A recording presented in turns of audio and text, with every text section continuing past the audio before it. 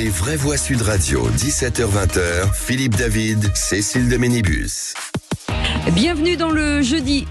Voilà, parce que le jeudi c'est particulier dans les vraies voix. Ça va Philippe David? Ça va très bien Cécile, et vous savez qu'aujourd'hui c'est un peu la journée mondiale des vraies voix. Ah oui? Ah pourquoi? Oui, parce que c'est une double journée mondiale, la journée mondiale du vivre ensemble. D'accord. Alors quand on voit pendant les débats comme ça parle d'Emmanuel Macron entre Françoise Degois et Sébastien Ménard, là c'est vraiment le vivre ensemble. Et encore mieux, c'est la journée mondiale de la lumière. Et comme il n'y a que des lumières dans les vraies voix... Et là on parle de moi, bien sûr. Absolument. Alors vous c'est le Stade de France, il y en a d'autres c'est un peu la vieille bougie quoi. Mais je ne citerai pas de nom. C'est toujours Noël, c'est toujours des journées du jour. Parce qu'hier c'était votre fête, c'est des journées des blaireaux, il l'a dit. C'est la journée mondiale. Il l'a dit tout seul, j'ai obligé de le dire. Non, j'ai lu vos pensées. C'était pas du tout la même chose.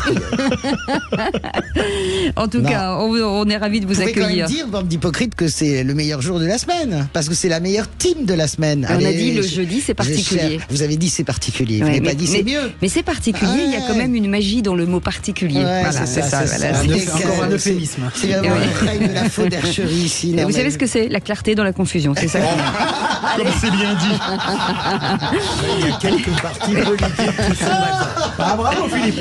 Chers amis, au sommaire de cette émission à 17h30, 5 morts désormais, dont 2 gendarmes dans des émeutes en Nouvelle-Calédonie. Les militaires ont été déployés pour sécuriser les ports et les aéroports dans les territoires placés sous état d'urgence. L'État reprendra totalement le contrôle dans les heures qui viennent, promettait ce matin le ministre de l'Intérieur, Gérald Darmanin. Alors parlons vrai, est-ce que vu la taille du territoire, cette promesse vous semble réaliste? Certaines parties de l'île étant totalement acquises aux indépendantistes, craignez-vous des zones de guérilla? Les forces de l'ordre sont-elles suffisantes ou risque-t-on de devoir faire appel à l'armée? Et à cette question, comme dit Gérald Darmanin, l'État peut-il reprendre totalement le contrôle en Nouvelle-Calédonie dans les heures qui viennent? Vous dites non à 79%, vous voulez réagir, le 0826 300 300, Aude est là évidemment pour prendre vos appels. Et on en parlera avec Bruno Pomar, ancien policier instructeur au RAID. Et puis 18h30, le coup de projecteur des vraies voix, Vladimir Poutine a entamé ce jeudi sa première visite officielle depuis sa réélection en mars. Pour la 2e fois et en un peu moins de 6 mois, il se rend donc en Chine à la rencontre de son homologue Xi Jinping. Un voyage qui ne dit rien au hasard puisque la Russie et la Chine collaborent étroitement, notamment sur le volet économique. Un enjeu crucial pour Moscou en pleine offensive dans la guerre en Ukraine. Alors parlons vrai, est-ce qu'un axe Moscou-Pékin est en train de se construire? La Chine peut-elle jouer un rôle dans un conflit en Europe? Parce que rappelons que ce sont quand même 2 puissances européennes, la Russie et la Chine. Dans ce couple, qui est le patron? Poutine ou Xi Jinping? Et à cette question, en Ukraine, la Chine peut jouer un rôle de, vous dites, 62% soutien de la Russie et 38% de médiateurs. Vous voulez réagir? Le 0826 300 300. Jean-Baptiste Noé sera avec nous, rédacteur en chef de la revue Conflit. En tout cas, on vous souhaite la bienvenue. Merci de votre fidélité. On est ensemble jusqu'à 19h. Les vraies voix Sud Radio. Mon Philippe Bilger est avec nous. Alors là, c'est une grande lumière, lui aussi. Oui. Ah bah oui, c'est pas une lumière, c'est un lampadaire. Et puis, il va tenter de le démontrer. C'est tenter qui est intéressant. L'important, c'est de participer. Notre Françoise Degois est avec nous. Non, c'est pas la peine d'essayer de vous rattraper sur le mont Philippe Bilger. Je sais qu'il y a des gens dans cette radio qui ont des passe droit, voyez, qui ont le droit de tout faire. Mais vous savez, mon Philippe Bilger, c'est comme mon colonel, c'est monsieur Philippe Bilger. C'est ça, bien sûr. Pourtant, pour la vérité, en général. Je suis pour la vérité, absolument. Oui, bah justement, pas vous, pas trop. Et dites donc, vous êtes pour la vérité quand vous défendiez certaines personnalités publiques, t'es pas vraiment dans la vérité. Ah bah si. Bon, Mélenchon, il était très bien à l'époque. Ouais. Non. Mais elle mentait, mais à l'insu de son plein gré. C'est peut-être possible, ça, vous voyez. Sébastien Ménard, entrepreneur dans la foodtech, consultant et président du comité éditorial du journal quotidien Presse Libre. Et que le dernier ferme la porte. Comment ça va? Il a fermé la porte, il a pris son petit café, il est bien. Il est content. Il a salué tout le monde. Bon, écoutez, voilà. Si tout le monde est content, allons-y, très bien. Céline de Bordeaux est avec nous. Bonsoir Céline. Bonsoir Céline. Ah je pensais que vous étiez parti dans le frigo prendre un truc. Non, du tout, je vous écoutais religieusement. Bonsoir à tous. Votre coup de gueule, ma chère Céline. Alors, mon coup de gueule, Monsieur Dupond-Moretti, à quand la fin des trémolos dans la voix? Je pense que vous allez faire des émules chez nous. Allez, 0826 300 300. Philippe de Fontainebleau nous laisse un petit message sur le répondeur. Bonjour, c'est Philippe Fontainebleau, que j'entendais la dame qui faisait référence au recouvrement des amendes, en fait pénaliser les clients. Moi j'arrive pas à comprendre un pays comme la France, qui est quand même un pays qui arrive à bien collecter l'impôt. À un moment donné, ce qu'il faut c'est faire du prélèvement automatique. Voilà. Donc les adultes, ils déclarent des impôts, ils ont un numéro fiscal, ils sont passés en train de consommer de la drogue, et l'amende, on n'attend pas qu'ils la payent, c'est qu'on va la chercher sur leur salaire. L'État peut faire ça. Quand l'État français veut, il peut. Bonne journée, Sud Radio. Ah oui, comme ça, au moins, c'est clair. Vraie remarque. Oui. Je sais pas. Quand vous ne payez pas un PV, on va vous saisir sur votre compte en banque. Y a-t-il des impossibilités? J'en sais rien. Mais ce qu'il propose paraît évident. En Italie, vous ne payez pas votre amende, c'est prélevé directement. Vous n'avez même pas le pouvoir de la contester. Vous la contestez après. Mais d'abord, l'État italien siphonne votre compte, votre amende de conduite. Toute forme d'amende est prélevée directement. Voilà. C'est bien. Sébastien Ménard. C'est hard, mais c'est bien. Ouais, c'est bien. Oui, là, c'est frappé au coin du bon sens, ce que nous propose notre auditeur. Après, est-ce que c'est faisable ou pourquoi c'est pas faisable? Ça mérite toute une émission. C'est faisable, théoriquement, techniquement. Parce que il y a aussi le tempérament français qu'on peut contester. Vous comprenez? Avant d'être ponctionné, on a la possibilité de contester. Ça n'est pas si mal, finalement. Non, c'est même très bien. Parce que parfois vous avez des situations ubuesques. Philippe Séjour, ou vous, Cécile, qui racontez l'histoire complètement folle de ce monsieur qui n'avait pas de bagnole et qui a reçu 10 000 euros de PV parce que... Non, c'était pas ça, c'est qu'on avait pris la plaque d'immatriculation de son tracteur, qu'on avait mis sur une voiture, il avait été flashé à 160 à l'heure avec un tracteur, c'est très plausible. Donc on a quand même des histoires complètement folles sur les PV. Oui, donc, ça c'est vrai. Bon. Oui, mais un peu de drôlerie en Belgique, ils mettaient avant les comment s'appelle les flashs à l'intérieur des voitures, et comme les gendarmes avaient froid, enfin les gendarmes belges avaient froid, à chaque fois ils mettaient la soufflerie, donc ça déclenchait C'est vrai? Oui. Non, c'est dingue. Ça déclenchait le radar, et donc le mec qui était garé en face depuis 2 heures, il s'est fait flasher 1000 fois. Donc c'était drôle, comme quoi ça peut arriver. Allez, Céline de Bordeaux est avec nous sur les trémolos dans la gorge du ministre de la Justice, j'imagine, sur l'affaire forcément des personnels pénitentiaires. Oui, tout à fait. Alors, en fait, j'ai écouté hier ou avant-hier, je sais plus, et j'étais hallucinée du ton qu'il a pris pour indiquer que les malfrats seraient interpellés, jugés, châtiés à la hauteur du crime commis. Tout sera mis en œuvre pour les retrouver, mais tout ça, on avait l'impression qu'il allait nous pleurer sur les chaussures. Alors que les agents pénitentiaires travaillent depuis des années dans des conditions déplorables. Ils demandent des gilets pare-balles pour les transferts, en effet, des personnes dangereuses, d'être armés, d'avoir des fourgons blindés. Et là, on se rend compte de quoi? Qu'en fait, pour transporter un type qui est quand même relativement dangereux, inculpé dans des meurtres, trafic de drogue et j'en passe, et qui est en fait transporté dans un camion de livraison de Monoprix, en fait. Quand vous voyez la camionnette, c'est ça. Donc en fait, aujourd'hui, travailler pour l'État, que vous soyez policier, agent pénitentiaire, etc., il y a une négligence totale, une non-assistance à personne en danger, aucun moyen. Et enfin, on se dit, mais jusqu'où ça va aller, en fait? Donc, ok, il est en train de pleurnicher, mais qu'il agisse, en fait, on en a marre de ces trémolos. Il y en a ras-le-bol, il y a des gens qui meurent, et c'est vraiment insupportable. J'aime beaucoup cette Céline. Je veux dire, elle pointe 2 choses le hiatus absolu entre un volontarisme apparent après les tragédies, par rapport à un passif considérable où on n'a rien fait. Et deuxième élément, mais ça c'est ma nature, je ne déteste pas les élans du cœur, les élans de l'esprit, mais je déteste les trémolos. Et en effet, elle pointe très justement ce qu'il y avait de trémolo. Françoise de Gaulle. Moi, au contraire, je ne suis pas fanat d'Éric Dupond-Moretti, mais je l'ai trouvé pour la première fois très très juste, quelques heures après ces meurtres qui nous ont tous complètement ébranlés. Je l'ai trouvé très bon. Moi, j'ai pas du tout trouvé qu'il y avait de trémolo. Il y avait au contraire un garde des Sceaux qui laissait parler quelque chose dont il n'est pas comptable. Parce que quand même, à la décharge, et là, notez greffier, à la décharge d'Éric Dupond-Moretti, à la décharge d'Emmanuel Macron, de Gabriel Attal, bien sûr, ça fait 7 ans qu'ils gouvernent. Mais la réalité, c'est que l'état des prisons dont vous parlez, c'est pas 7 ans, c'est 20 ans, c'est 25 ans. La pénitentiaire, c'est toujours la dernière roue du carrosse, en fait. Sébastien Ménard. Oui, moi pour le coup, j'ai plutôt Enfin, un peu pas difficile Vous de avez dire que plutôt j'ai pas de temps apprécié. du tout. Non, mais je vais quand même dire ce que j'ai envie de dire. Oui. Oh, dis donc, Voilà, merci. C'est qui le patron? Je dis ça. Oui. Et là, vous voyez, on perd encore du temps. Il est fort, il est bon. C'est notre ministre de la Justice, pour le coup, parfois on fait un peu trop. Voilà, souvent vous l'avez dit, Françoise, et c'était vrai. Là, je l'ai trouvé juste. Ouais. Je l'ai trouvé juste. Après, ce que dit notre auditrice, c'est extrêmement clair. Voilà, on ne peut pas transporter des détenus qui ne sont pas des justiciables, qui ne sont plus à ce niveau-là des justiciables comme les autres, dans des fourgonnettes de livraison. Je suis d'accord. Voilà, si c'est pour dire ça, c'était pas la peine. Je m'en vais. Ça s'appelle tacler à la gorge. Non, mais t'as vu un peu, mais c'est horrible. On dirait Kill Bill. Mais qu'est-ce qu'elle est mauvaise.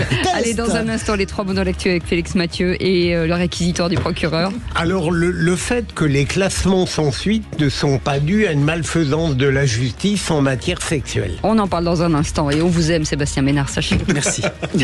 Sud Radio, votre avis fait la différence.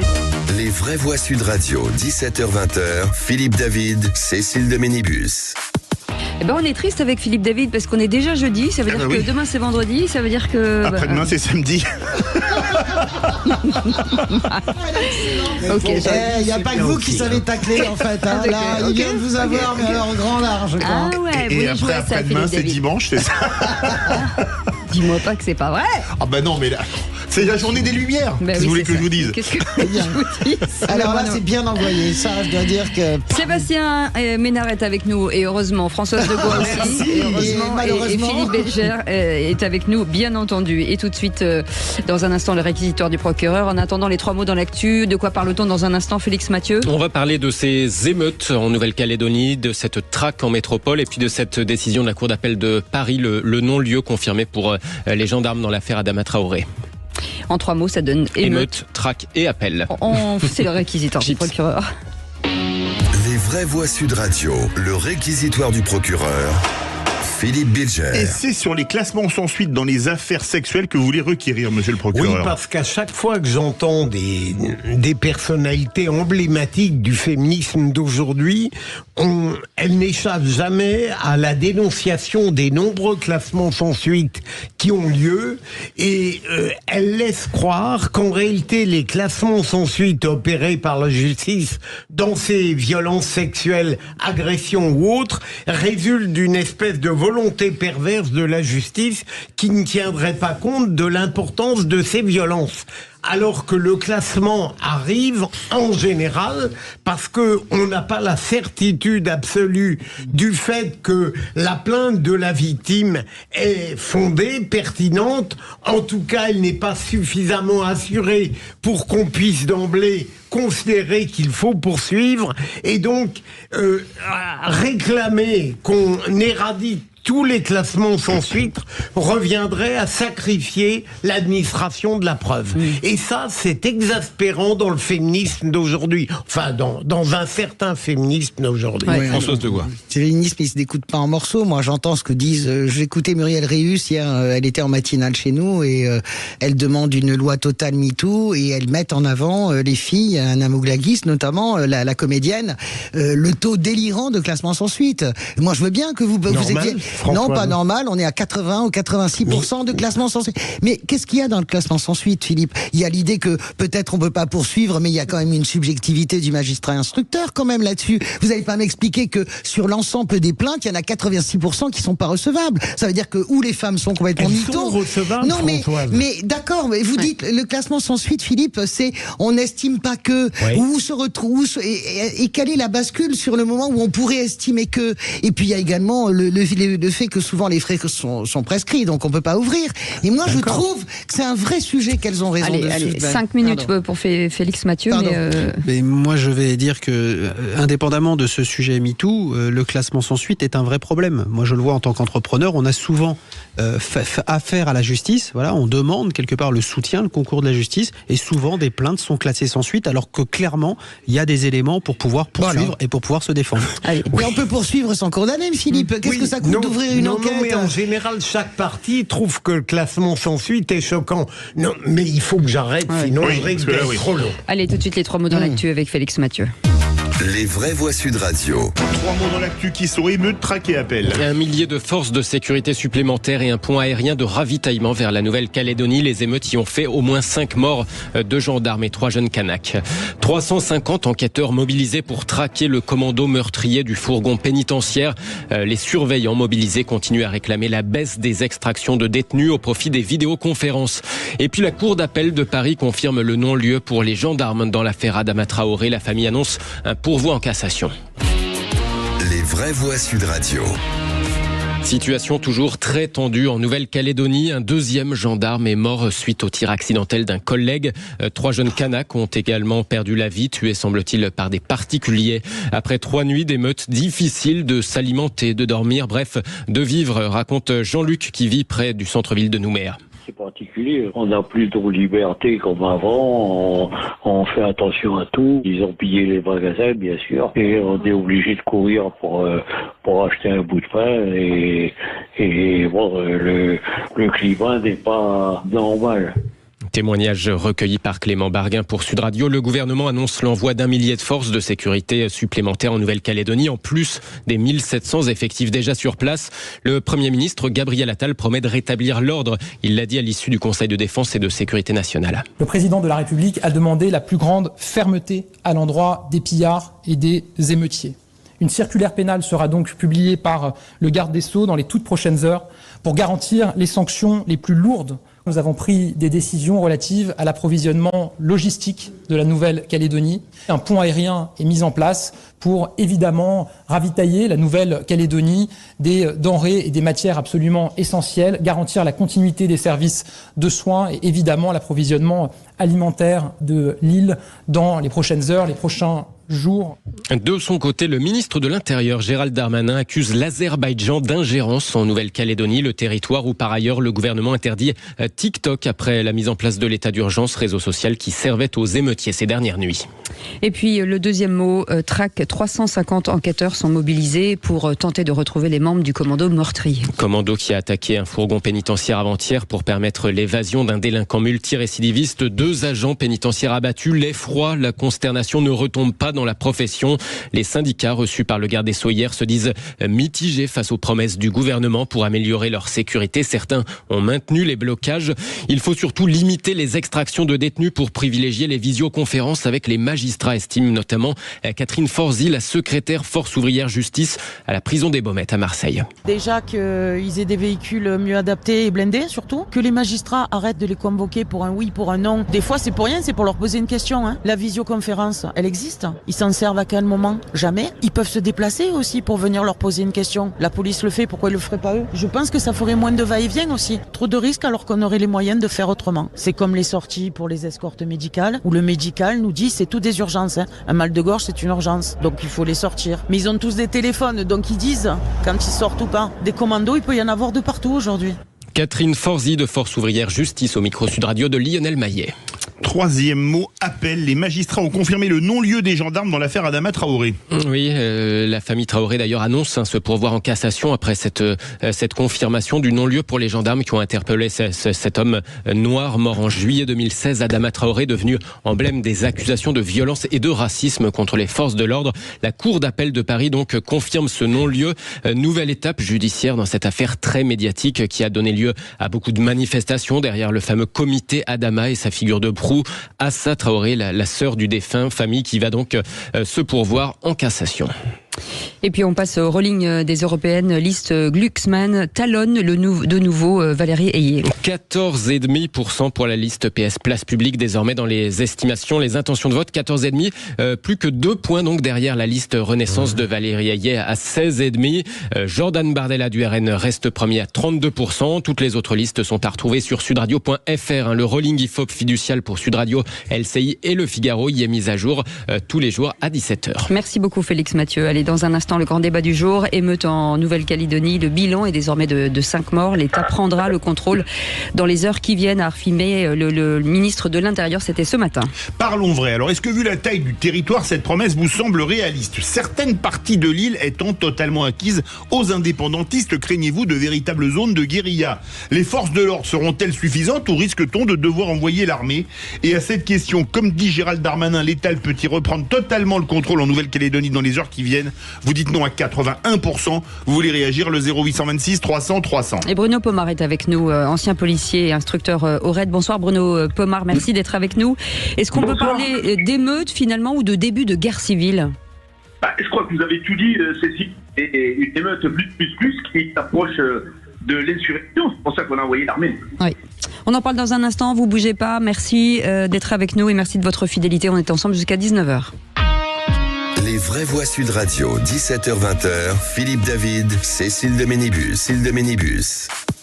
Les stars de cette émission, les vraies voix, Philippe Bilger, Françoise Degois, Sébastien Ménard, Sébastien Mousse, et Cécile de Ménibus et Philippe David. On peut quand même leur laisser. Les vraies voix, c'est vous, c'est pas nous. C'est vous, les vraies voix. Nous, on passe les plats. Ouais, non, nous on est les petits. J'aime pas ces accès de fausse modestie. Si vous n'animiez pas, on se tairait. Oui, je n'aime pas. Tu parles, on se tairait. Philippe et moi, on commencerait une émission littéraire. Excusez-moi, si nous n'animions pas, vous vous tairiez, on arrête d'animer. C'est mieux. Alors, tu sais que c'est comme ça. Est-ce que vous savez que le dernier livre est absolument magnifique de. Allez, tout de suite le grand débat du jour. Les vraies voix Sud Radio, le grand débat du jour. L'État met énormément de moyens pour sauver des vies. On parle bien là de la Nouvelle-Calédonie et d'un deuxième gendarme qui a été tué ces dernières heures. Les violences ne sont ni justifiables, ni tolérables. C'est le chaos. Et c'est par le dialogue que nous trouverons une solution politique globale. Ça ne marche pas en Nouvelle-Calédonie, ça fait exploser la poudrière. Je veux condamner de façon extrêmement forte les violences qui touchent nos concitoyens calédoniens. Oui, il y a des débordements qui sont tels que nous condamnons. 5 morts désormais, dont 2 gendarmes dans les émeutes en Nouvelle-Calédonie. Les militaires ont été déployés pour sécuriser les ports et les aéroports. Dans les territoires placés sous état d'urgence, l'État reprendra totalement le contrôle dans les heures qui viennent, permettait ce matin, ou en tout cas le promettait le ministre de l'Intérieur, Gérald Darmanin. Alors parlons vrai, est-ce que vu la taille du territoire, ça vous paraît réaliste? Certaines parties de l'île étant totalement acquises aux indépendantistes, craignez-vous de véritables zones de guérilla? Les forces de l'ordre sont-elles suffisantes ou risque-t-on de devoir envoyer l'armée? Et à cette question, comme dit Gérald Darmanin, l'État peut-il reprendre totalement le contrôle en Nouvelle-Calédonie dans les heures qui viennent? Vous dites non à 81%. Vous voulez réagir? Vous avez vécu en Nouvelle-Calédonie où vous y vivez, même si là-bas il est 2h32 du matin. Appelez-nous au 0826 300 300. Et pour en parler, Bruno Pomar est avec nous, ancien policier instructeur au RAID. Bonsoir Bruno Pomar, merci d'être avec nous. Bonsoir à tous. Philippe Bilger, cette situation qui peut durer encore longtemps, se transformer, on le disait tout à l'heure, peut-être en guerre civile même. Absolument. Alors la situation, pardon pour la banalité, est épouvantable là-bas. Les morts, les milices qui se constituent, des jeunes Kanaks qui ont été tués. Je ne voudrais tout de même pas, même oralement, faire la politique du pire. Je suis persuadé que, au bout de quelque temps, l'état d'urgence aura des effets et j'espère qu'on ne sera pas dans ce que vous évoquez dans votre interrogation, une sécession. Mais ce qui m'inquiète, c'est aujourd'hui le heurt de deux oppositions radicales. L'autorité de l'État qui se manifeste et qui probablement ne voudra jamais montrer qu'elle peut fléchir, et de l'autre côté, des émeutiers qui tout de même semblent animés par rapport aux périodes précédentes par des pulsions même homicides, meurtrières, destructrices, qui me paraissent elles-mêmes très dangereuse. Donc je crains ce heurt-là. Françoise Degois. Je rappelle quand même qu'il y a eu des paroxysmes. Il y a 25 morts à la grotte d'Ouvéa avec des Kanaks tués en 1988. Oui. Donc vous dites pour la première fois des pulsions mortelles. Non, ce territoire a toujours été traversé de crises. La première crise, c'est quand les Français arrivent. Il y a 1/5 de la population kanak qui est massacrée. Il faut quand même jamais l'oublier. Donc on avait trouvé ce fragile équilibre. Moi, ce qui m'inquiète, je ne sais pas si on va sombrer dans la guerre civile. En tout cas, Louis Lefranc, le haut-commissaire, avait raison de le dire, même s'il s'est fait remonter les bretelles par Emmanuel Macron en personne, il avait raison de dire, parce que ça a accéléré, si vous voulez, aussi le processus de défense. La question, je regardais un très bon reportage sur Outre-mer Première, Nouméa, je suis un peu longue, pardon, où il y a justement dans la brousse, c'est-à-dire loin de Nouméa, il y a les communautés qui se parlent. Et j'ai vu ce reportage absolument génial où vous avez les caldoches, entre guillemets, je les appelle les caldoches, qui discutent avec les indépendantistes sur les ronds-points, ils parlent avec les militaires qui sont là, qui organise le dialogue. Donc, c'est absolument concentré sur Nouméa, et c'est bien sûr le plus important. Je ne doute pas une minute que l'ordre républicain va être rétabli, mais mon problème, il n'est pas là. Mon problème, il est que, contrairement à 88 et à 98, vous aviez 2 personnalités incontestables. Dans chaque camp, vous aviez Jean-Marie Djibaou et Jacques Lafleur qui arrivaient à canaliser. Aujourd'hui, nous n'en sommes pas là, et la réalité, si vous voulez, c'est que j'en veux terriblement à Emmanuel Macron de sa méthode. C'est-à-dire que c'est la première fois dans la façon de traiter la Nouvelle-Calédonie où il faut respecter le temps long, il faut respecter ce qu'on appelle l'âme océanique. Tout le monde s'y est plié à ce respect-là, et c'est heureux. C'est pour ça que les communautés peuvent vivre ensemble. Les accords de Nouméa, c'est on se revoit dans 20 ans. C'était ça la clause de revoyure sur la décolonisation.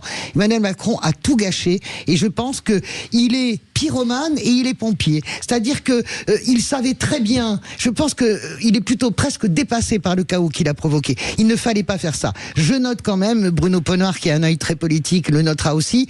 Pour le moment, le président de la République n'a pas convoqué le Congrès pour le moment. Donc, le pire n'est pas encore à venir. Sébastien Ménard.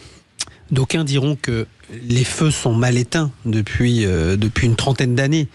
40, c'est 84, les premiers événements. Ils sont pas mal éteints, moi je crois pas. La réalité, c'est qu'ils n'ont jamais cessé, ces feux-là.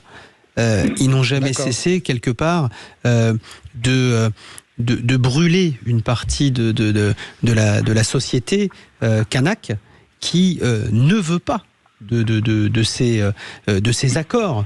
Je dirais c'est absolument c'est mon point de vue. Oui, c'est mon point de vue. C'est pas vrai du tout. Le Congrès aujourd'hui est dominé est dirigé par les Kanaks, Sébastien. Il est dirigé par le découpage électoral aussi qui a été fait. Parce que les loyalistes n'ont pas pu s'entendre. Je vais aller au bout. Le découpage électoral est particulier. Oui. La manière, l'accès au vote, donc à la participation démocratique, est particulière. Est-ce qu'elle est encore adaptée ? Est-ce qu'elle est encore adaptée à l'heure des réseaux sociaux, à l'heure où on peut mobiliser toute une jeune génération, et ce qui se passe là-bas, c'est aussi ce qui se passe dans nos banlieues.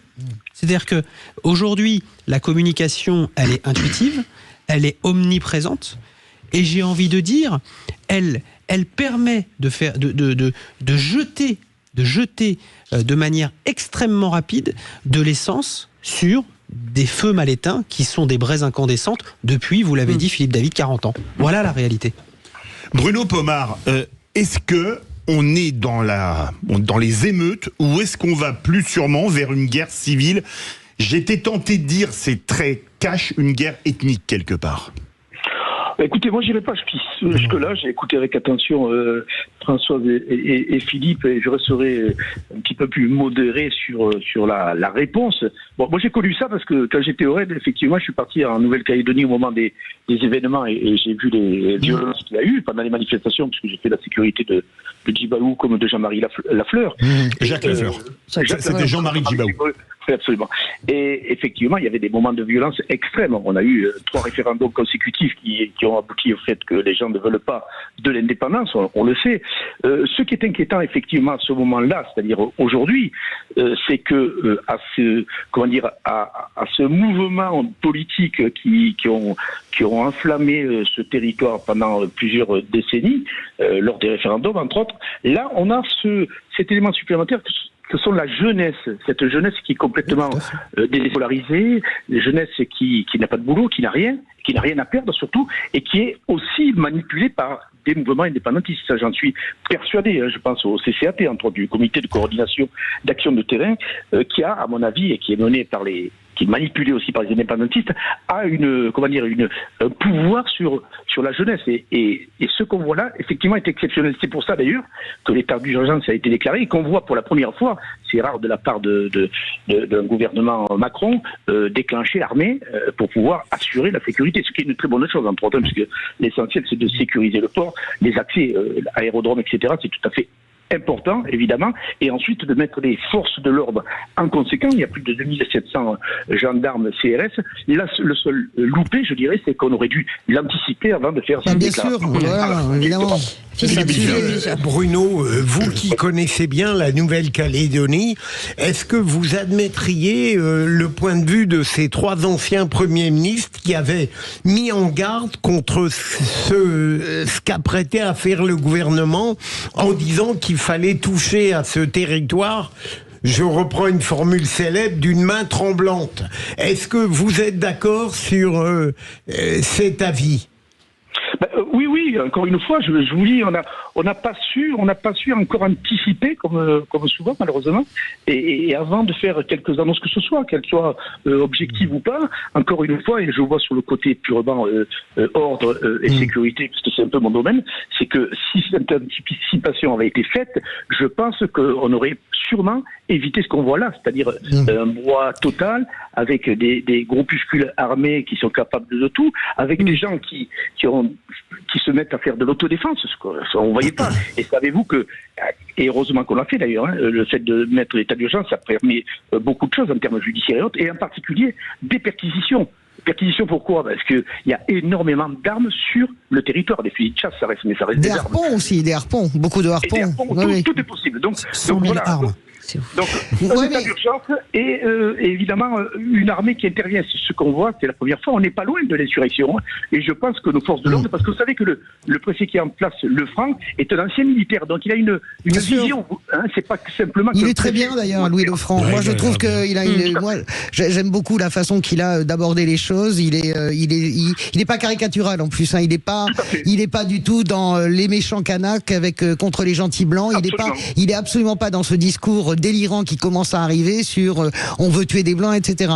Sur ce que dit CCAT, Sébastien, oui, mais en même temps, le leader du CCAT, il y en a 2, ont appelé. En fait, il faut quand même comprendre que tous les leaders politiques aujourd'hui, y compris indépendantistes, appellent au calme et de façon, comment dirais-je, très importante. C'est une petite partie du CCAT, il faut le dire, qui est manipulée et manipulable par une pensée extrêmement radicale et également d'ailleurs par des influences étrangères, parce que Gérald Darmanin ce matin, j'ai envie de le croire, parce que tous les copains qui sont là-bas, journalistes, me le disent, oui, il y a l'Azerbaïdjan, oui, dans quelques temps, si on ne règle pas le problème fondamental, il y aura la Chine, parce que on rappelle que la Nouvelle-Calédonie, c'est notre puissance minière, bien sûr, mais c'est aussi notre puissance stratégique, Bruno. Donc on est là dans un truc, si vous voulez, on est obligé de régler le problème autrement que par la voie d'armée, vous êtes d'accord ? Oui, absolument. Et puis encore une fois, dans les démarches qui sont prises en termes de sécurité, excusez-moi de revenir sur ce sujet, parce que c'est ce qui me passionne toujours, c'est d'avoir coupé TikTok. Ça c'est bien, moi, je pense que c'est super bien. Mais c'est une première. On pourrait le faire plus souvent d'ailleurs. Oui, c'est vrai. Allez, rapidement, Sébastien Ménard et Céline nous attend au standard. Vous, Bruno Pomar, qui avez aussi participé à l'insertion d'un certain nombre de jeunes, etc., dans les quartiers, on sait aussi qu'aujourd'hui la radicalité, elle est inversement proportionnelle à l'âge, quelque part, des insurgés. Et c'est pour ça qu'il faut savoir leur parler, il faut savoir faire passer des messages. Et Sébastien a raison, 50% des jeunes calédoniens de 15 à 25 ans sont au chômage. Et on retrouve ce chiffre, et on en parlait l'autre jour, dans tous les Outre-mer. Vous allez à Pointe-à-Pitre, vous avez l'impression que vous arrivez à Haïti maintenant, dans le centre-ville. 50%, qu'est-ce que vous faites avec ça ? Allez, 0826 300 300, Céline est avec nous de Bordeaux. Céline, une réaction ? Oui, bonsoir. Alors moi, je suis pas du tout spécialiste de ce territoire, mais on a quand même souvent l'impression, que ce soit à Mayotte, en effet dans les dom-toms ou en Calédonie, que les choses sont faites sans tenir compte des particularités et du particularisme locaux. Et en effet, le fait que ça s'enflamme comme ça, c'est pas un hasard. Il y a des terreaux particuliers et on a un peu le sentiment que c'est fait de la métropole, voilà, comme si on gérait un autre dossier. Ouais, comme si on gérait une société, bien sûr. C'est vraiment super ce qu'elle dit, notre auditrice. Oui, c'est vrai. Je pense que pense Bruno Pomar, parce que vous connaissez très bien les dom-toms, Bruno. Hein. Donc, vous êtes d'accord qu'il y a une spécificité océanique? Oui, mais il faut être surtout vigilant. C'est pour ça que d'ailleurs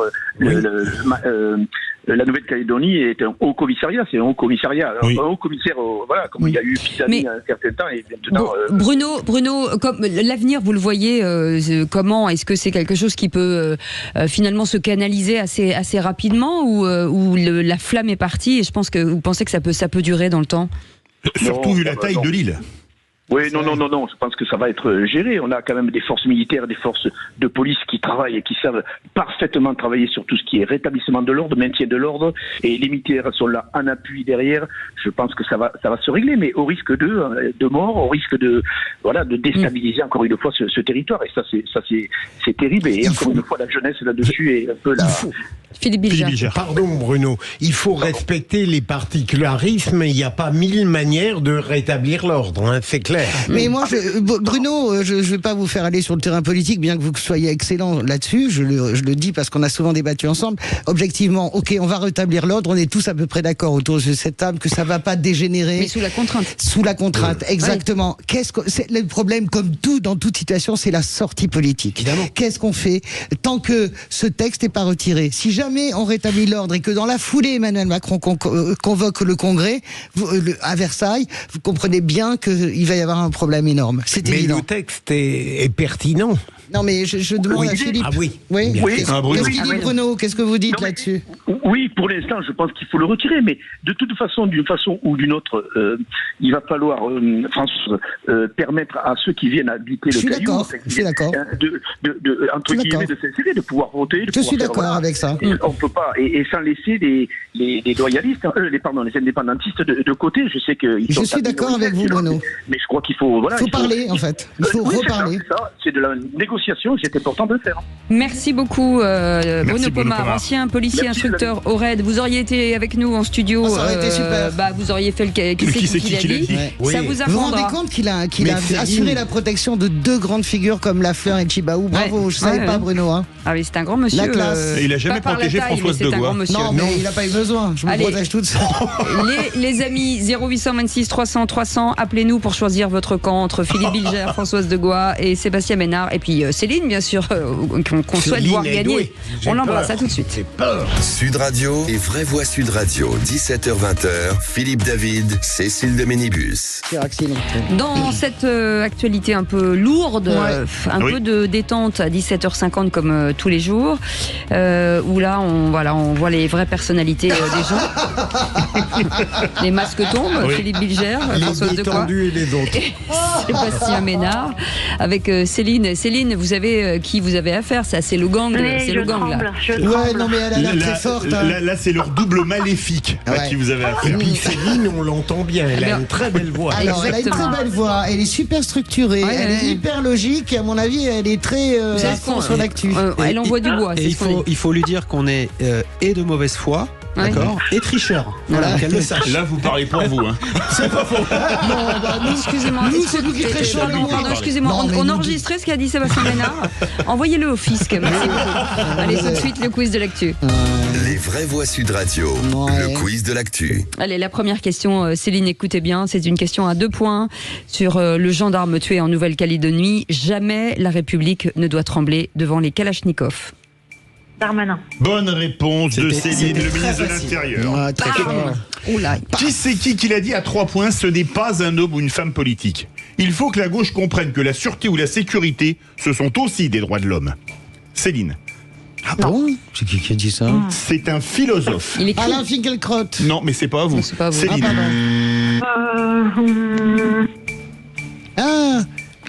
Langauchat, Céline? Antoven? Lévy? Non. Michel Onfray? Bonne réponse de Françoise de Gois qui marque les 3 points. Vous vous rendez compte, on a que 4 philosophes. Et philosophes d'ailleurs. Et on les a tous cités. Non, et Philippe David, vous en Oui. Philippe David, c'est à notre niveau. Ah, Non, moi c'est pas Yes Weekend, c'est Yes We Can't. Oui.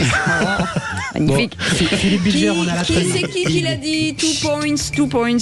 Oui, il y a un lien entre la pénalisation du cannabis et la mort de 2 surveillants dans l'Eure.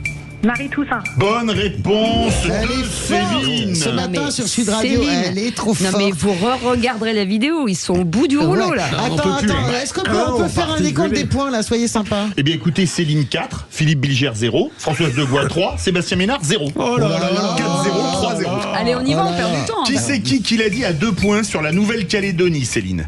Le projet de loi constitutionnelle est un avatar de cette civilisation coloniale décadente dont la Macronie partage l'état d'esprit fait de mépris et de brutalité contre la souveraineté populaire.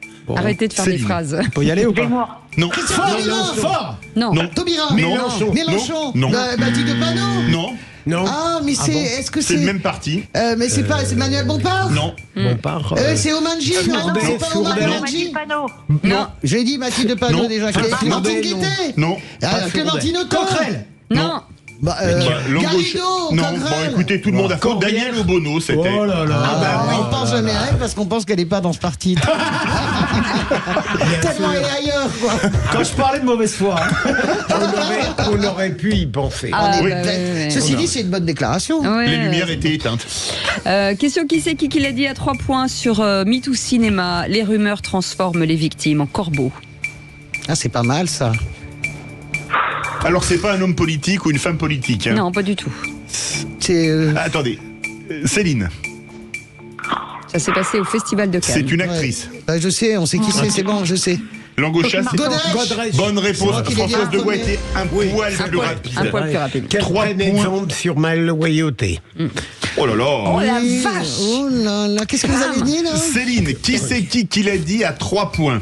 Attention, depuis 12 ans, il y a une idéologie anti-prison. Céline. Attendez, Céline. Oui, mais je réfléchis. Marion Maréchal. Non. Retailleau. Bonne réponse. Il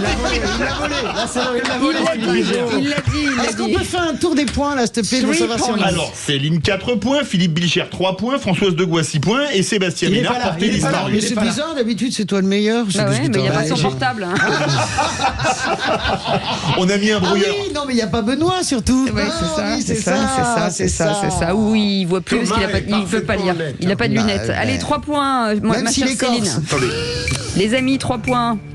C'est important, l'Europe a attaqué nos services publics, mais ne vous inquiétez pas, on a Erasmus. L'Europe a augmenté nos factures de EDF, mais ne vous inquiétez pas, on a Erasmus. Céline, c'est un tête de liste. Ah bah c'est un jeune tête de liste. Oui, Céline. Bardella. Non. C'est Desfontaines. moi qui l'ai dit en premier. Philippe avait dit Léon. Non, il a dit Desfontaines. Je l'ai dit en premier, vous avez parlé plus fort. C'est pas vrai, Philippe, t'as commencé. C'est pas vrai, mais. Il a dit Léon. C'est honteux. Et ensuite il a dit Desfontaines. Mais vous êtes honteux. Il a gagné. En fait, je vous arrête. Il a dit Léon Trotsky, alors que vous avez dit Desfontaines. Arrête, c'est pour moi le point. Non, il a dit Léon. Il a dit Léon Trotsky, oui. Non. Alors, 3 points pour Françoise de Gois. Non, mais écoutez, moi je quitte cette émission. Qui c'est qui l'a dit à 3 points? Oui. L'Europe ne peut pas être le dernier continent sur cette terre qui croit encore à la religion du libre-échange généralisé. Céline, c'est un tête de liste. Mais oui, c'est... Attendez. Qui monte? Bah oui, c'est facile. Luxman. Bonne réponse de Céline. Aïe, c'est terminé, les amis. Écoutez, Françoise de Gois, 9 points. Céline, 7 points. Bravo, Céline. Philippe Bilger, 3 points. Et Sébastien Ménard. Il n'y avait pas Benoît, vous vous rendez compte? C'est pas vrai, j'avais plein de réponses, je suis juste discipliné. Franchement, arrêtez. Je récupère mes 6 points. Bravo Céline. Les amis, les réalisateurs se moquent de vous tellement vous êtes de mauvaise foi, c'est quand même dingue. Dans un instant, le tour de table, dans quelques minutes, de tour de table de l'actu avec vous, Philippe Bilger. Comment Renaud Van Rymbeck a a organisé ses adieux. Avec vous, Françoise de Gois. Une magnifique série, un bijou iranien, The Actor sur Arte. Sébastien Ménard. Mangeons des pop-corn. Eh ben très bien, on va en manger des, ça me donne faim, tiens. Allez, à tout de suite. Sud Radio. Sud Radio. Parlons vrai. Parlons vrai. Sud Radio. Parlons vrai. Un cadeau? Marionneau. Pour la fête des mères, Marionneau célèbre toutes les mamans. Profitez de moins 30% sur les parfums des 49 € d'achat et de moins 30% sur une sélection de coffrets du 14 au 26 mai. En ce moment, retrouvez le coffret mascara regard optimal High Impact de Clinique à moins 30%. Alors n'attendez plus, rendez-vous vite en magasin ou sur marionneau.fr. Et pour un cadeau unique comme votre maman, découvrez... Philippe David. Les affrontements en Nouvelle-Calédonie ont au moins un mérite, celui de mettre sur la place publique les pensées variables de certains sur différents sujets. Commençons par le refus par une partie des Kanaks de permettre à plus de Caldoches de voter, certains étant sur l'île depuis des décennies. C'est tout à fait normal si j'en crois un nombre important de députés de gauche. Des mêmes députés de gauche qui demandent le droit de vote pour les étrangers, même pour ceux qui ne font preuve d'aucune volonté d'intégration. On n'ose même plus parler d'assimilation. En clair, les mêmes trouvent normal que des Français ne puissent pas voter dans une partie de la République, tout en voulant donner le droit de vote à tout le monde, y compris ceux qui haïssent le pays qui les accueille, comprennent qui pourra. Les mêmes s'opposent à cet élargissement du corps électoral en arguant que cela correspondrait, je cite, à de la colonisation. Les mêmes qui disent que la France et l'Europe doivent accueillir tout le monde, clandestins compris, en subventionnant des associations qui font venir des milliers de migrants en France, ce au nom de la créolisation. Bref, des Blancs en Nouvelle-Calédonie, c'est scandaleux, mais tous les racisés du monde ont leur place en Europe. Pourtant, les deux sont de la créolisation, comprennent encore qui pourra. La préférence nationale est un concept hideux d'extrême droite qu'il ne faudrait jamais mettre en place en France. Pourtant, la préférence régionale existe en Nouvelle-Calédonie, comme nous l'a dit un auditeur hier qui, ayant vécu 23 ans sur l'île, n'a eu comme seule manière de travailler que créer son entreprise puisqu'il avait interdiction de travailler sur le territoire.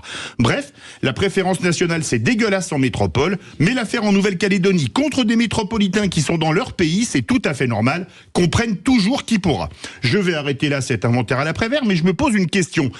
Les Caldoches, les métropolitains, n'auraient-ils pas comme principal défaut pour certains leur couleur de peau? Mais c'est vrai, le racisme anti-blanc n'existe pas pour une certaine gauche, qu'on peut, à mon avis, légitimement soupçonner un peu dans ce domaine, en attendant peut-être qu'elle prône la remigration des Caldoches vers la métropole. Philippe Bilger.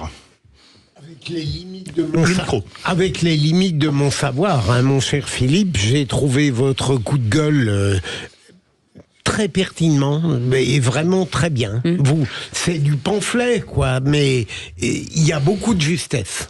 Non, moi je le trouve pas du tout pertinent parce que vous comparez comme toujours. Mais c'est un genre, et je l'entends tout à fait, mon cher Philippe.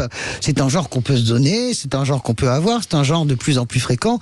Mais vous comparez ce qui n'est absolument pas comparable. La Nouvelle-Calédonie, c'est un territoire en 1853 qui n'est pas français. Vous m'expliquez d'un seul coup que vous comparez le droit de vote des étrangers en métropole, de gens qui arrivent, qui s'installent. Moi, je vous parle d'un territoire qui n'était pas à nous, qui a été conquis. Vous connaissez bien l'histoire de la Nouvelle-Calédonie. Dans ces cas-là, il faut retirer le droit de vote aux Blancs aux États-Unis, au Canada. Mais ça n'a rien à voir. Ah bah si. Mais non, ça n'a rien à voir, puisque c'est une région française. Vous comprenez bien. Là, vous mélangez absolument tout. Et c'est ça qui me gêne souvent. Et s'il me gêne, mais vous avez le droit de penser de cette manière-là.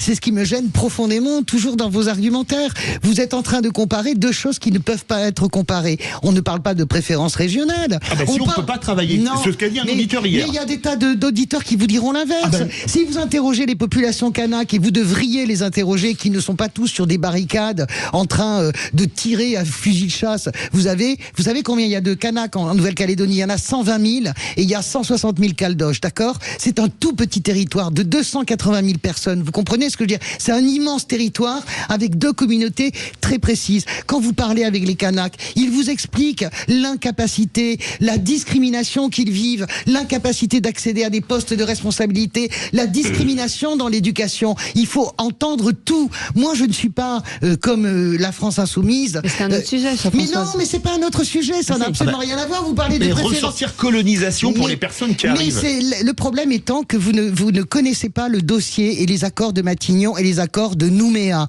La colonne vertébrale des accords de Nouméa, que ça nous plaise ou pas, la colonne vertébrale est basée sur la décolonisation. Vous comprenez bien que cet accord qu'on a signé en 98 pour mettre fin à ces rages qu'on peut entendre de la part des Kanaks, et on peut entendre que les Caldoches souffrent de cette situation, eh bien, c'est la base de ces accords que la France a signés. Sébastien Ménard.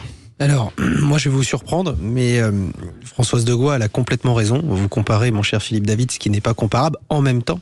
Ah, en même temps. Voilà.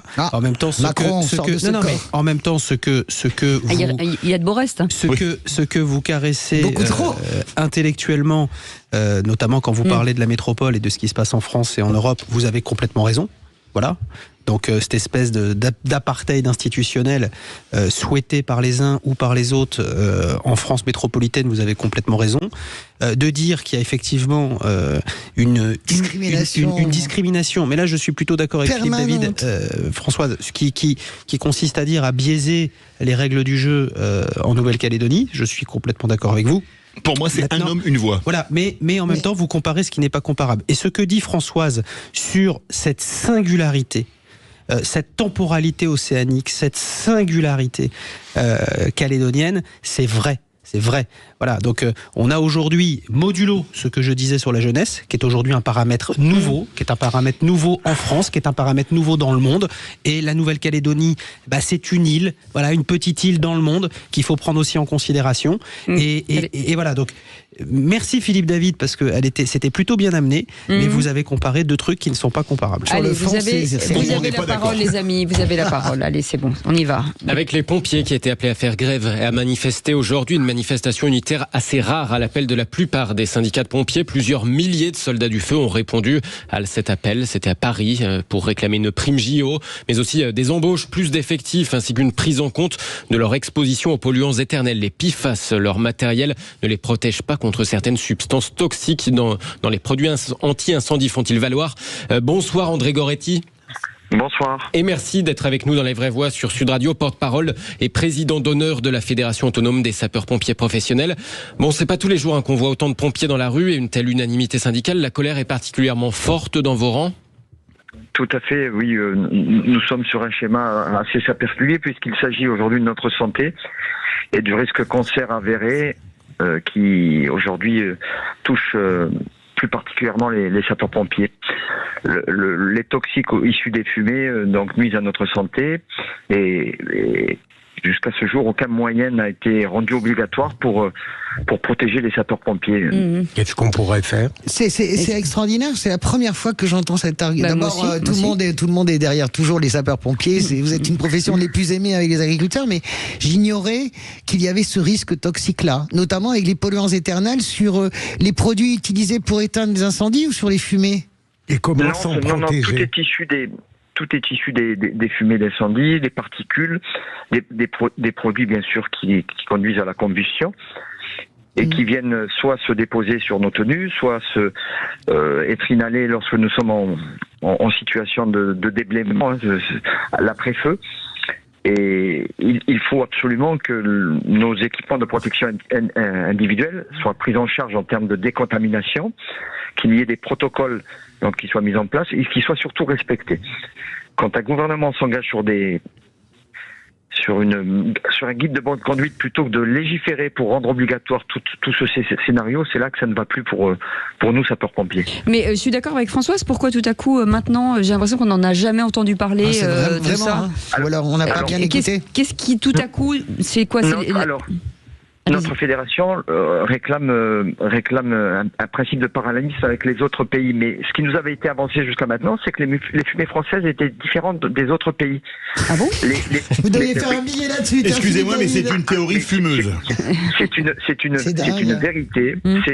C'est la position gouvernementale qui était affichée de la sorte et de ceux qui nous dirigent.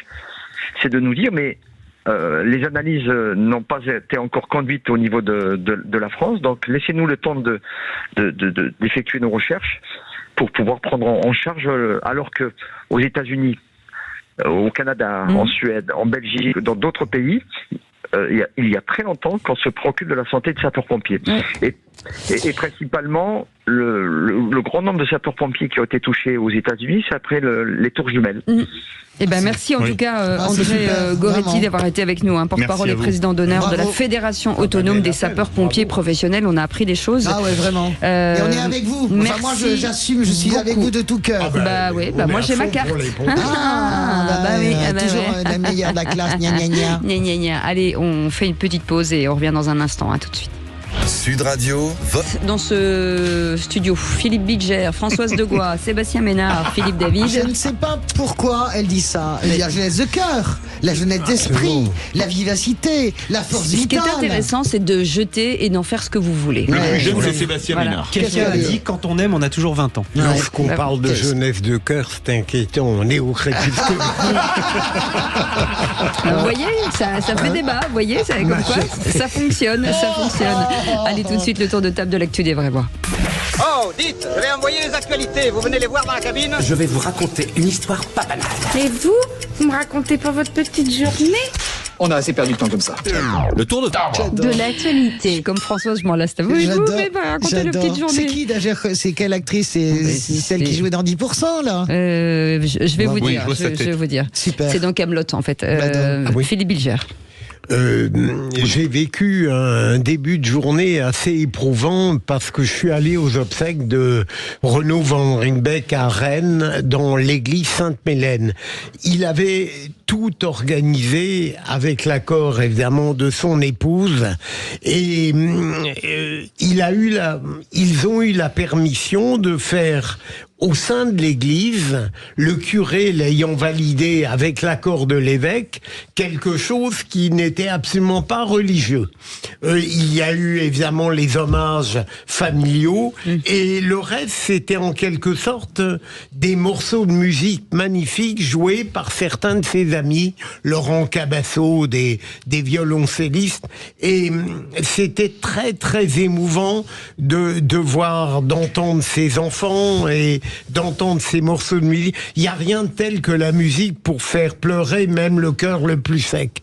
Et deuxième élément, là c'est plus personnel, c'est très déprimant objectivement, parce que non seulement on a perdu un être qui était un ami, mais quand on voit cela, le cercueil, tout ce qui entoure, on s'interroge, mais où va-t-il? Ça existe ou pas?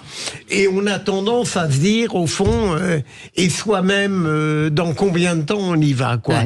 Donc, heureusement qu'il y a eu les vraies voix le soir pour donner un tonus dans une absolue loyauté lors du jeu.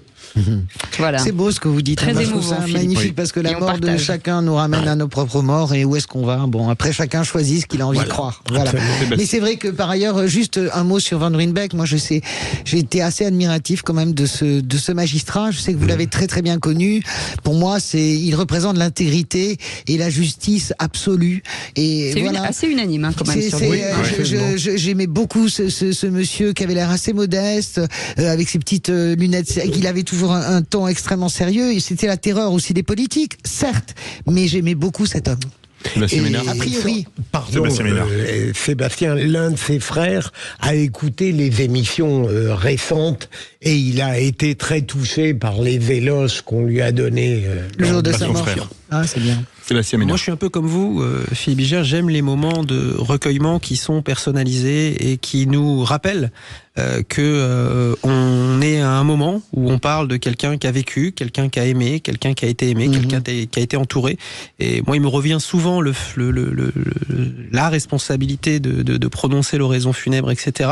Et voilà, je mets toujours à la fois jamais de gravité. J'essaie toujours de mettre de l'optimisme, de l'enthousiasme, de la générosité dans cette prise de parole qui est toujours importante. Et quand elle est en musique, c'est toujours évidemment encore plus agréable. Probablement pour celui qui est là, celui qu'on honore, et pour tous ceux qui restent.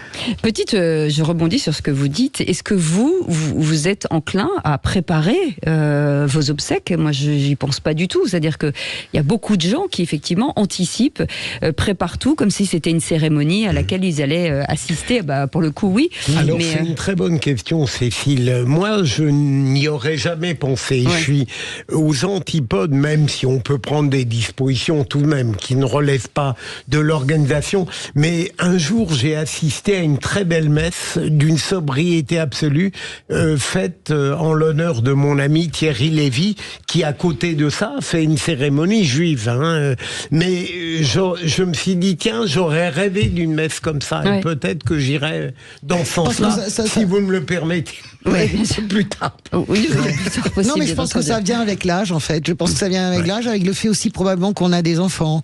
Et je pense que c'est une préoccupation qui vient avec l'âge. Je vois beaucoup d'amis de ma mère qui sont en très grande forme, 89, 90 ans ou 88 ans, eh bien, ont déjà réfléchi à ce qu'elles veulent comme musique. Moi, la meilleure amie de ma maman, je le dis, il y a une enveloppe où tout est écrit et j'aurais voulu être un artiste, voilà, pour la sortie du cercueil. Non, mais c'est intéressant quand même. Je trouve ça. C'est vrai, il faut faire attention à la musique parce que si vous prenez Kenji Chirac et que le jour où vous partez, il est plus à la mode, c'est un peu chiant. Mais j'aurais voulu être un artiste, c'est indémodable. Non, c'est vachement bien, j'aime bien. Sébastien, Philippe, non, vous Oui, moi. Moi, j'ai tout préparé. Ah bon, d'accord. Je suis très jeune, mais voilà, c'est bien, c'est que ma des femme, enfants, en fait.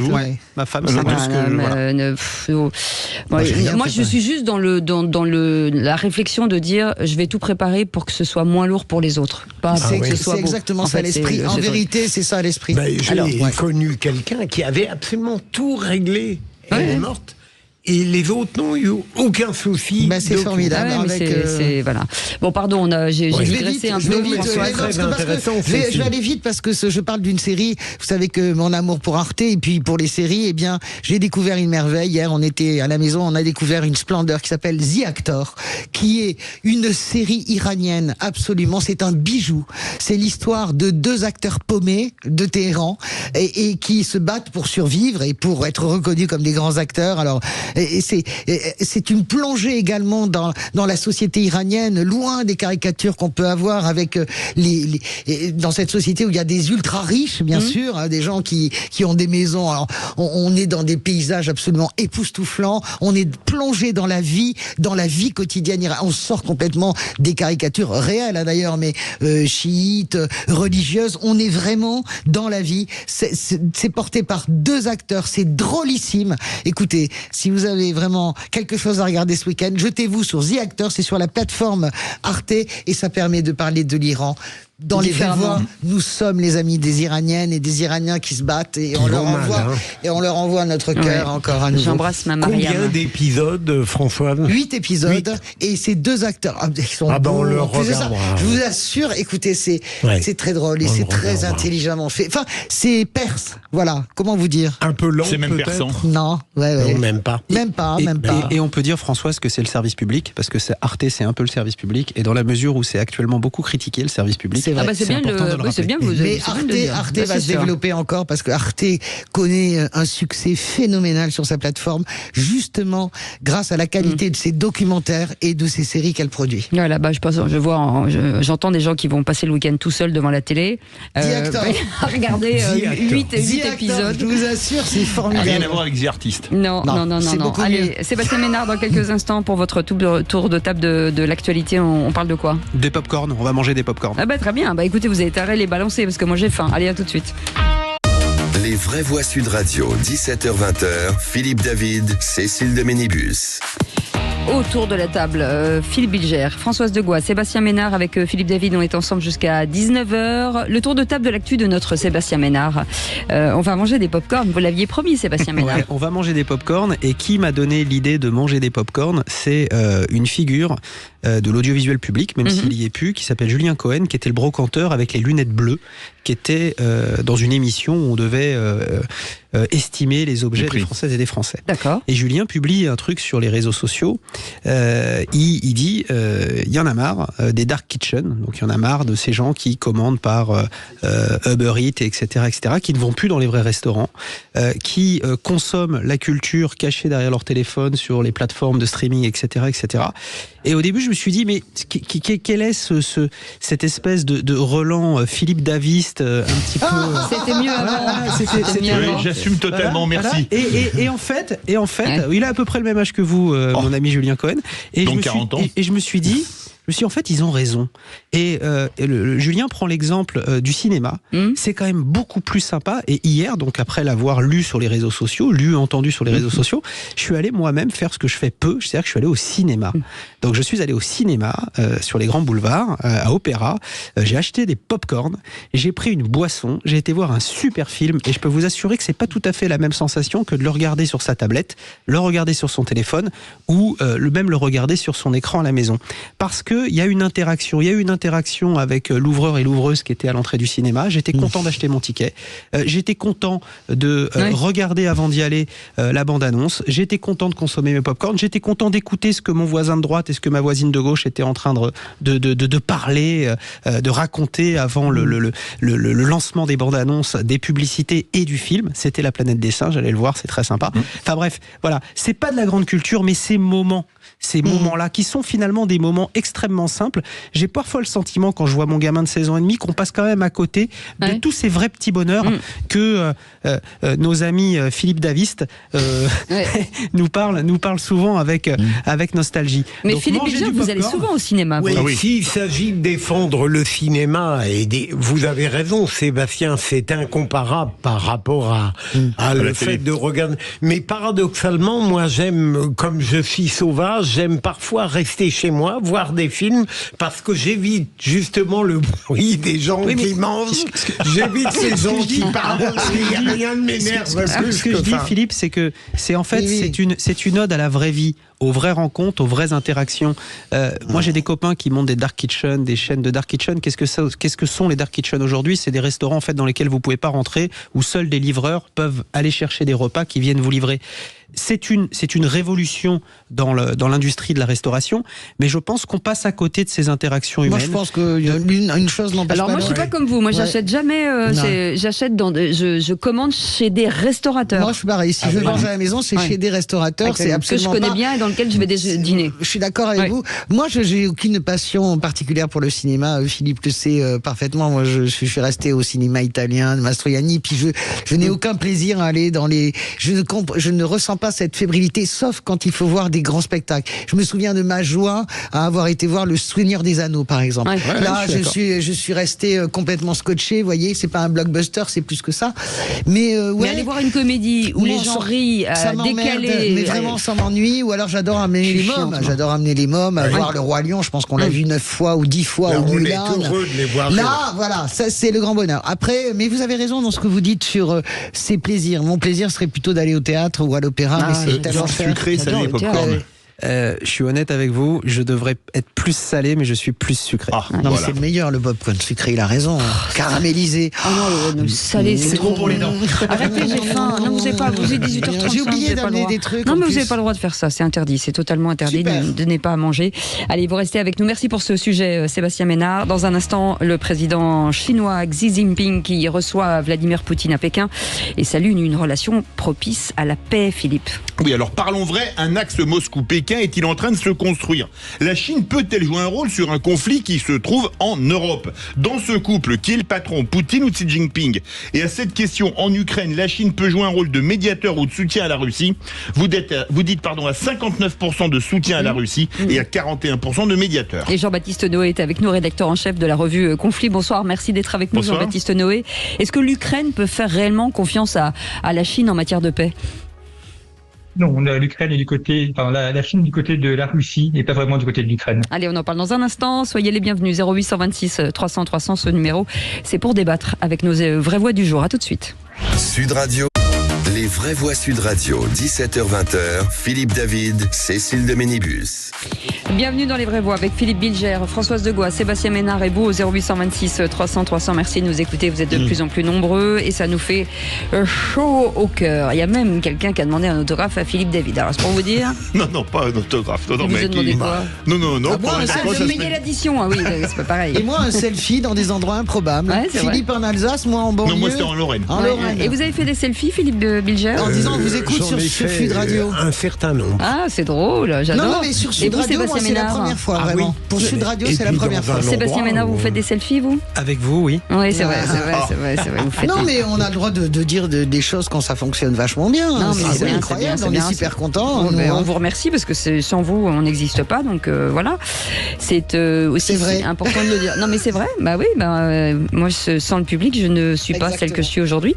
Tout de suite, le coup de projecteur des vraies voix. Les vraies voix Sud Radio. Le coup de projecteur des vraies voix. Ramener la Russie à la raison et tout le monde à la table des négociations. C'est vrai que la Chine, pour l'instant, elle n'a pas encore armé. Elle a la Russie et c'est ce bras-là qu'il essaie de retenir le président Macron. Vladimir Poutine est arrivé en Chine, une visite d'État de 2 jours. La Chine est prête à travailler avec la Russie pour réaliser le développement et la revitalisation de leurs pays respectifs et défendre l'équité et la justice dans le monde.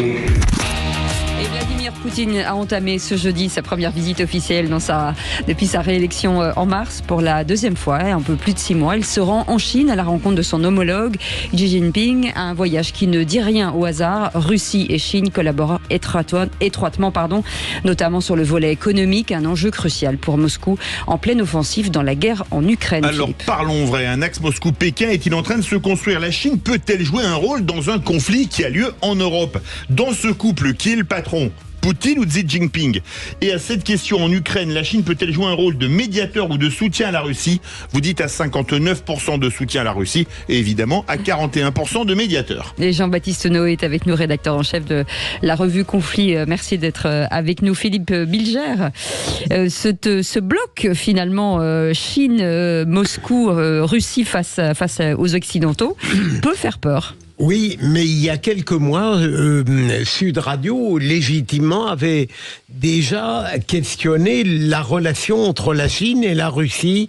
Et si je peux me permettre une intervention qui n'est pas évidemment liée à une compétence géopolitique, mais je dirais à la culture générale que tout citoyen essaye d'avoir dans ce domaine, j'ai l'impression, par de petits signes, que le bloc Chine, Russie, Russie, oui. N'est plus aussi homogène, n'est plus aussi solide qu'il l'était il y a quelques semaines, quelques mois.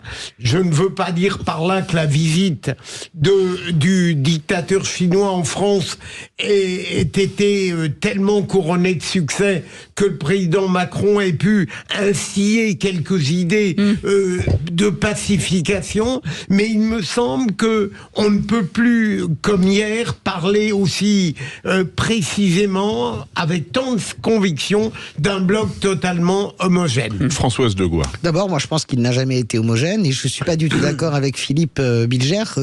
Par ailleurs, ce bloc a toujours existé, ça fait des années, mais ça notre invité le sait très bien, on peut faire le décompte, ça fait des années que la Chine et la Russie votent tout le temps ensemble au Conseil de sécurité des Nations Unies.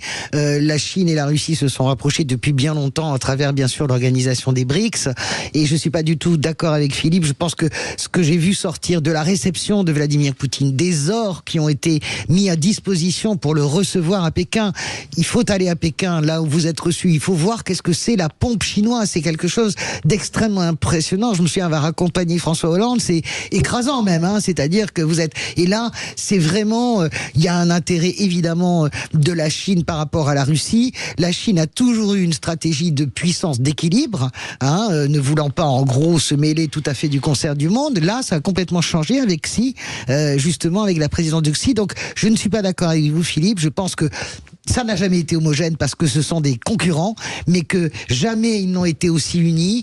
Et pour répondre à la deuxième question posée par Philippe David et Cécile de Ménibus, qui est le patron là-dedans? Eh bien, moi, je pense que ça reste la Chine en termes de puissance économique et la Chine qui est aussi une puissance nucléaire. On verra ce que dira notre invité. Je suis pas complètement d'accord avec vous, Françoise, parce que moi, je pense qu'il n'y a pas de patron. Je pense que Vladimir Poutine est son propre patron et le président chinois est son propre patron. Dire qu'il y a un bloc homogène, non, il y a 2 blocs. Voilà, il y a un bloc qui correspond à la Fédération des États de Russie, avec un oligarque politique qui s'appelle Vladimir Poutine, et vous avez un bloc politico-financier en Chine avec un oligarque qui est le président chinois. Ils sont alliés depuis des années, de toute façon, dans leur ils sont vote. alliés, mais ce sont deux blocs différents. Oui, bien sûr, c'est pas... Voilà. Ensuite, pour répondre à la question c'est effectivement, la Chine peut être et à la fois médiateur, parce que c'est un acteur incontournable, puissant, écouté, et qui peut quelque part faire imposer sa voix, voilà, et l'ordre qu'il aura décidé d'imposer, et en même temps, c'est un soutien indéfectible du bloc russe. Sébastien Noé, rédacteur en chef de la revue Conflit. Jean-Baptiste. Pourquoi Sébastien? C'était Sébastien Ménard. Jean-Baptiste Noé, pardon. Est-ce que la Chine peut jouer un rôle dans un conflit qui est quand même un conflit européen? Parce que même si la Russie est en Europe et en Chine, le conflit a lieu uniquement en Europe, en Ukraine. Moi, ce que je note, c'est que c'est la première fois dans son histoire que la Chine intervient dans les questions européennes. Exactement. Ça, c'est sans précédent, ça n'est jamais arrivé. Voilà. On n'imaginait pas, il y a 20 ans, Pékin intervenir, et on voit même des Européens qui sont quasiment à quémander, même qui demandent directement à Pékin d'intervenir pour régler leurs affaires. C'est du jamais vu dans l'histoire du monde que la Chine soit le point central. Les Européens ne sont pas capables de faire la paix entre eux, ne sont pas capables de régler le conflit ukrainien. Ils sont obligés de demander aux Chinois. C'est un renversement du monde. Et la Chine, il y a un siècle, en 1920, était une colonie européenne avec des comptoirs européens. Et aujourd'hui, les causes sont renversées. On a la Chine qui a quasiment les clés de l'histoire de l'Europe. Est-ce qu'à votre avis, Jean-Baptiste Noé, comment dirais-je, pour mettre sans doute trop de psychologie dans ces rapports entre États, est-ce que la Chine peut être flattée d'être ainsi sollicitée et tenter donc d'avoir un rôle positif à l'égard de la pacification de la guerre, ou est-ce que c'est un monstre froid qui ne raisonne qu'en fonction de ses seuls intérêts? Les deux ne sont pas contradictoires. En tout cas, la Chine regarde d'abord ses propres intérêts, et ceci dit, elle a raison. Les États sont là pour défendre leurs intérêts et c'est leur population. Ses intérêts, c'est quoi? C'est l'accès à l'énergie, notamment le gaz et le pétrole. Elle en a pas, donc elle a besoin du gaz et du pétrole russe. Et puis, c'est aussi son extension économique. Quand Xi Jinping est venu en Europe la semaine dernière, il a rencontré Emmanuel Macron. Mais il s'est aussi surtout rendu en Serbie et en Hongrie. Ce sont deux pays qui sont de plus en plus liés aux Chinois de par les investissements. Et on a, je trouve, trop passé sous silence la présence de Xi Jinping dans ces deux pays, qui sont des pays clés pour la Chine en Europe. Donc Xi Jinping a fait son en matière de filière automobile, par exemple. Filière automobile et accès au port également. Sébastien Ménard. Et pas que, puisque c'est actuellement les lignes à grande vitesse en Hongrie. Ma femme étant hongroise, je m'y intéresse un peu, sont en passe d'être construites par les Chinois. Oui, tout à fait. Qu'est-ce qu'on peut dire, la ligne Budapest-Roumanie. Exactement. Allez-y, Françoise. Je voudrais, rappelons, moi je pense que merci d'avoir rappelé le changement radical, mais ça c'est lié aussi à la décision de Xi. C'est vraiment lié à sa personnalité. Personne, quand il est arrivé au pouvoir, ne pouvait prévoir la façon dont il tournerait. On avait le sentiment, au contraire, c'est quelqu'un qui allait pratiquer complètement l'ouverture et avoir cette mission peut-être un peu pacifique, en tout cas rester dans la ligne diplomatique chinoise qui est la ligne d'équilibre, et là on n'est plus du tout là-dedans. Est-ce que vous pensez qu'il y a quelque chose qui s'est gelé dans les relations avec Vladimir Poutine?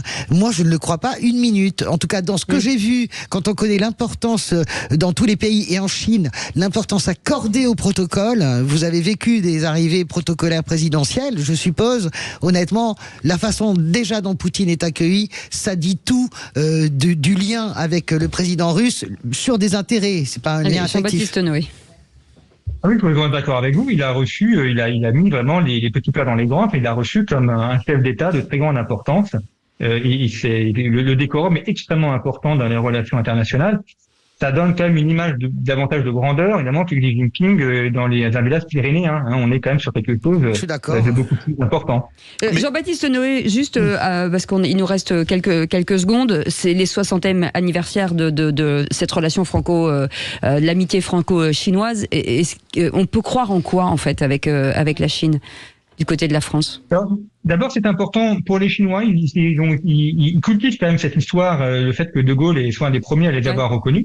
Après, il faut voir ce qu'on veut faire avec eux. C'est-à-dire qu'il faut simplement que la Chine achète la dette française et met la main sur les fleurons industriels français, la relation sera un peu déséquilibrée. Donc c'est aussi à la France à défendre ses intérêts pour être dans un partenariat équilibré. On fait attention à ça, on fait attention à qui on vend nos fonds. J'espère. Oui, bien sûr. J'espère, oui. Merci beaucoup Jean-Baptiste Noé, merci beaucoup, rédacteur en chef de la revue Conflit, toujours très carré, très ciselé. Excellent. Jean-Baptiste Noé, merci mille fois d'avoir été avec nous. Il va faire une thèse sur les conflits dans les vraies voies. D'ailleurs demain dans la matinale à 7h30, Jean-Baptiste Noé, à 7h30 dans la matinale avec Patrick Roger. Merci Philippe Bilger, merci Françoise Debois, merci Sébastien Ménard, merci Philippe David. Dans un instant, on va vous parler automobile, justement l'intérêt de ça. On va vous parler de la réindustrialisation de la France et surtout de ce parc qui vieillit, la décarbonation de notre parc automobile. Absolument, et c'est tout de suite 19h03 sur Sud Radio. Si c'était pour dire ça, c'était pas la peine. Tout de suite les incontournables de la gestion de copropriété.